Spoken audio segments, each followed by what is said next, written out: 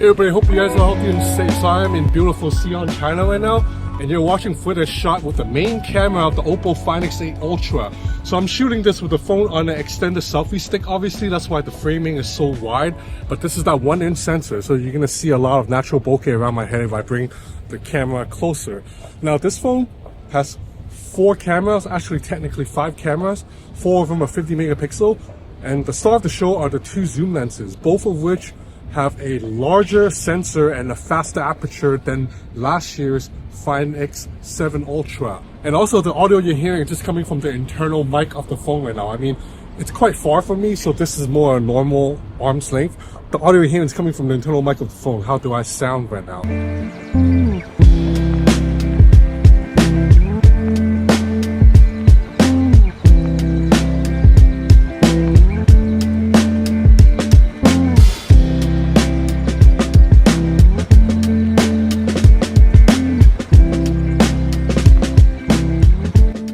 Okay, I will talk about the cameras again very soon. Let's first take a look at the overall hardware of the Oppo Find X8 Ultra.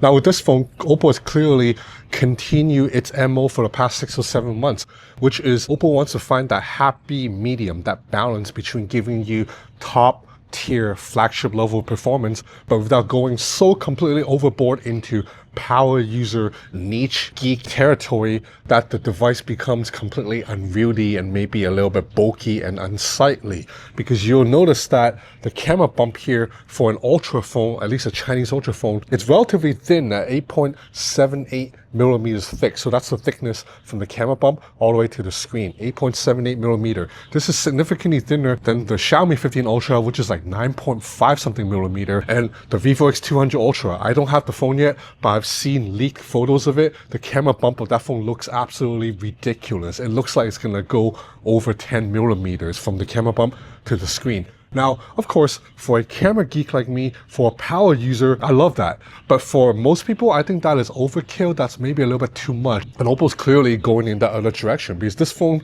is still giving you top tier specs. The camera system is still really damn good, as you can see from these photos here. But it doesn't go so completely overboard like what Vivo is doing. The Vivo X200 Ultra, it's a phone for enthusiasts. Like if you put that phone at a store, I think casual people, normal people that walk by would be like, what the heck, the camera looks ridiculous. That's not the case here. This is probably the sleekest and thinnest Ultra phone of 2025. I mean, not including the S25 Ultra, which is an Ultra phone, but really that phone, it's all in on AI and not so much on hardware. I'm talking about the Chinese Ultra phone. So like this guy, Xiaomi, Vivo, and maybe whatever Honor is launching. Like these are the power user phones. So how exactly did Oppo make the Find X8 Ultra thinner than what Xiaomi or Vivo is doing? So the official marketing PR answer is that Oppo redesigned the motherboard, moved some of the systems around to allow the camera system to fit deeper into the phone so it doesn't stick out as much. But there's also a clear, obvious answer.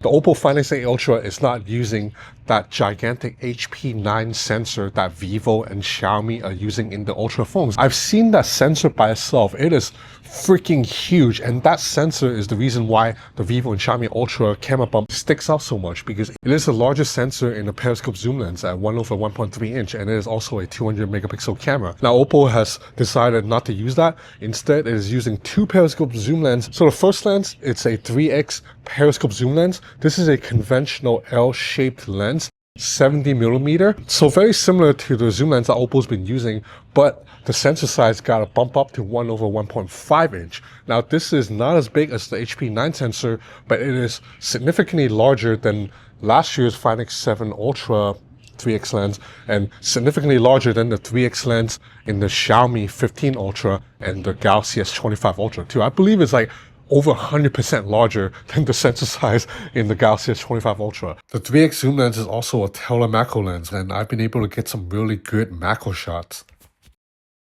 There's also a 6x periscope zoom lens. Now, you know, Oppo's been using the 6x periscope zoom lens since last year. But last year, I said it was pretty useless because the aperture was so slow. It was like f4 point something, and the sensor size was like 1/2.75.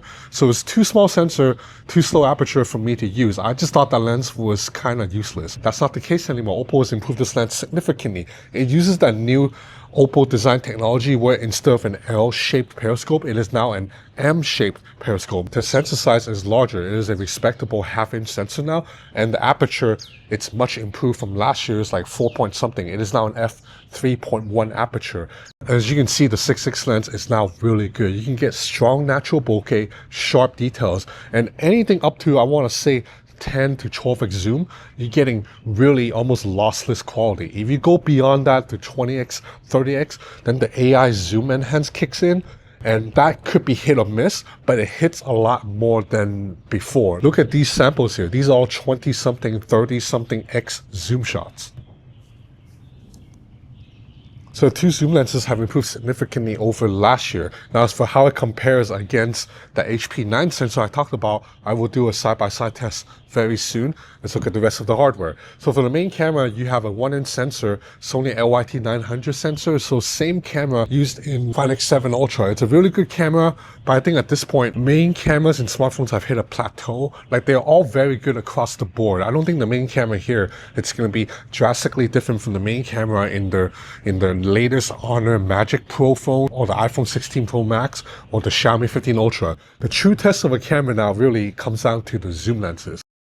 You have an ultra-wide camera here, JN5 sensor. This is a sensor that Oppo and OnePlus have used for a few years now. So the company has completely mastered tuning the sensor. So even though the sensor size is relatively small for an ultra-wide on a top-tier flagship, oh, a duck just ran by right here. Let's try to film with camera. So this duck just ran by here. So yeah, I'm filming it with 3x for now. Let's go 6x. So look at this, I'm following him with 6x for now, and you get natural bokeh. Oh, this looks good. And this is handheld right now too. Oh, sorry, I got distracted. So yeah, the ultra-wide camera sensor is relatively small for a top-tier ultra phone, but Oppo, OnePlus have gotten so good at optimizing it. The ultra-wide camera still looks pretty good so far to me, but I haven't tested it at night yet, so we will see. There's also one more sensor right here. It's tiny. You're not really going to be able to see it unless you get all the way up close to the camera module. This is called a true chroma sensor. It's basically a color temperature sensor, but instead of detecting the color temperature of the entire scene at once, it detects it as small grids. So that allows the Oppo Find X8 Ultra to analyze color temperature in small sections. So if you have a particular yellow light right here, but the rest of the scene is neutral, the sensor can detect that and adjust white balance accordingly. Again, I just got the phone. I haven't had much time to test yet, but later in the video, I will take more photos in more challenging, weird lighting conditions and see if this true chroma really does give the Find X8 Ultra better white balance than other phones. On the front, you have a 32 megapixel selfie camera hitting the hole punch, 6.8-inch screen, LTPO panel, 120Hz refresh rate, gets up to over 3000 nits of brightness. You know, all the top specs that you can think of are here. This is an absolute gorgeous panel. It is almost completely flat, more flat than, say, the Xiaomi 15 Ultra or Vivo X200 Pro screens, because those two screens, they are like 95% flat, but curved subtly at the edges into the chassis. That is not the case here. This screen is almost completely flat in that iPhone way. In fact, the Oppo Find X8 Ultra's dimensions and in-hand feel very similar to the iPhone 16 Pro Max. Like, if you put the two phones side by side, they feel very similar in the hand. To that end, Oppo has also two physical buttons that are, you know, very similar to what the iPhone's doing. So you have that dedicated camera shutter button here. This was launched with the Find X8 Pro, and I actually really like it. I think Oppo's implementation is better than the iPhone's implementation because this is a touch-sensitive button. It's not a physical clicky button like on the iPhone, and the iPhone button is recessed a little bit, like it sunks in. So it's actually hard to press if you have a case on it. What is new with the Find X8 Ultra is this button right here. Oppo is saying they have basically turned the alert slider that was previously in OnePlus phones to a physical clicky button. But this is basically like the action button of the iPhone. Even the UI, when you first press the action button, the UI that launches looks exactly like the UI in the action button on the iPhone. So, I mean, I wish Chinese brands would deviate a little bit and not kind of follow Apple to such a degree that it looks identical. But it is what it is. The battery in here is a 6,100 milliamp hour battery, which is the largest battery I've seen yet on a conventional phone, conventional slap phone. 6,100 milliamp hour. It charges at 100 watt with the included charger and also 50 watt wirelessly. The phone also has IP68 and IP69 for water and dust resistance, and Qualcomm Snapdragon 8 Elite chip inside with 16 gigs RAM. So all the specs are absolutely top notch. But of course, you guys don't watch my videos to go over the spec sheet or like analyze the display. You guys watch my videos to see camera testing. So let's stop wasting time. Let's move on. Alright, so there's a lady there posing. So let's take some pictures of her all the way from back here. So this is 27 times zoom right now.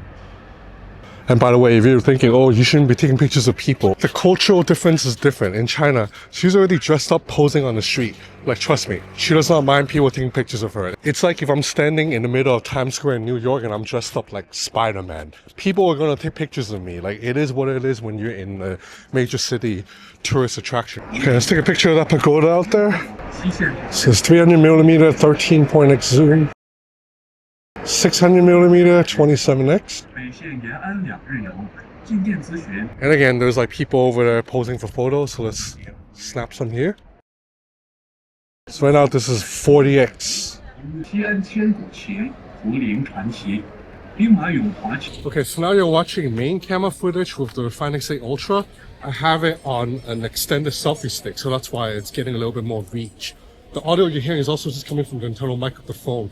Now, as you can see, video performance is really good overall. Stabilization is excellent, but there are a couple of things missing that keeps this phone from maybe reaching the heights that the Vivo X200 Ultra is probably going to reach. So number one is, for video, you cannot shoot at 24 frames per second. You're locked at either 30 FPS, 60 or 120. But 24 frames per second is that cinematic look. All the movies in movie theaters play at 24 frames per second. And more importantly, the iPhones and Vivo phones let you shoot at 24 FPS. So I don't know why Oppo Find X8 Ultra with such a powerful camera system does not let me shoot at 24 FPS. The second missing feature is the Find X8 Ultra cannot shoot in log footage. Now, log footage is completely unedited, unprocessed video footage. The point of shooting log is you can take that unedited, unprocessed file to a video editing software later where you will have more room to make edits. Now again, the iPhone, the latest Vivo phones, the latest Xiaomi phones all let you shoot in log, but Oppo does not. So I really don't know why. It's very inexplicable. Okay, so I've snapped a lot of photos with the Find X8 Ultra against the Xiaomi 15 Ultra side by side. And it's very close, man. When it comes to the main camera, photos are almost identical because they use the same sensor. And like I said, when it comes to the main cameras, it's just too close to call out among all the phone brands. As for the ultra wide, I do think the Oppo's ultra wide is a little bit weak at night. You can see it's quite soft. I think Xiaomi's ultra wide, it's a little bit better. And then when it comes to the zoom lens, so both of these phones have two zoom lenses. So they both have a 3x zoom. So that's easy. That's a direct comparison. And the Find X8 Ultra's 3x zoom lens is significantly better than the 3x zoom lens in the Xiaomi 15 Ultra, because the Xiaomi 15 Ultra's 3x zoom lens is like 3 years old now, whereas on Oppo, it's a new sensor and it's a new Periscope camera. So you can see when it comes to 3x photo at that 70mm range, the Find X8 Ultra usually wins, especially in low light conditions. But then if we go with the longer zoom, then I do think Xiaomi has the edge because again, the HP9 sensor, it's 200 megapixel with a 1/1.3 inch image sensor. It is the best Periscope hardware right now. There's a reason why it is so huge. The 6x Periscope zoom lens here is a big improvement over last year, but the sensor size, like half-inch sensor, it's a lot smaller than the sensor size here. But then there's a major caveat. It's that this guy has a native reach of 6x 135mm, whereas this is 4.3x 100mm. So then Oppo kind of wins with extra reach, so that means you're getting a longer optical zoom. But then because the HP9 sensor size is so large, I can dial up to 6x or 10x to match the Oppo, and I still prefer the shot snap with the 15 Ultra. So it's a very close call, but I would still say if you care about tele lens photography, the Xiaomi 15 Ultra is still the best. And on top of that, as I mentioned, there are those shortcomings in videos, like no 24 FPS shooting, no log, whereas you can do that on this guy. So I think the Xiaomi 15 Ultra is still all around a better phone camera, but then the Oppo Find X8 Ultra may be the all-around better phone. It has a, in my opinion, prettier design. The camera island is smaller, doesn't stick out as much. The 4 cameras are symmetrical as opposed to this really weird layout here. And I think this guy's in-hand feel is a little bit better than the Xiaomi 15 Ultra too. So if you're going purely by camera, Xiaomi 15 Ultra is still the best right now. But then overall, I think I prefer the Oppo Find X8 Ultra right now. But then of course, the biggest major caveat is that the Vivo X200 Ultra is coming, and we'll see. But I would bet money on that guy being the new like king of the hill at the end. But this is a very great showing from Oppo. And I'm just impressed. Like, phones have gotten so good, man. Like, between these two, I'm just nitpicking, really. Like, both of these guys are, are way better than whatever the hell Google Pixel is offering you. This is not a full review. I will need to test battery life a little bit more, and then also, talk about software a little bit more, multitasking, all of that. So I will be back with a full standalone video on this guy. This is just a first look, an overview, but as usual, I went way over long. Like, this video is way too long for just like a first hands-on video. But if you do enjoy the effort that I put into putting these videos together, please do subscribe to my channel. It would help me a lot, because these videos take a lot of work to do. Like, I'm like filming by myself outside, running around town. Like, it's a lot harder than just sitting in a studio talking. So yeah, that's about it for now. I gotta go to sleep, man. Thanks for watching.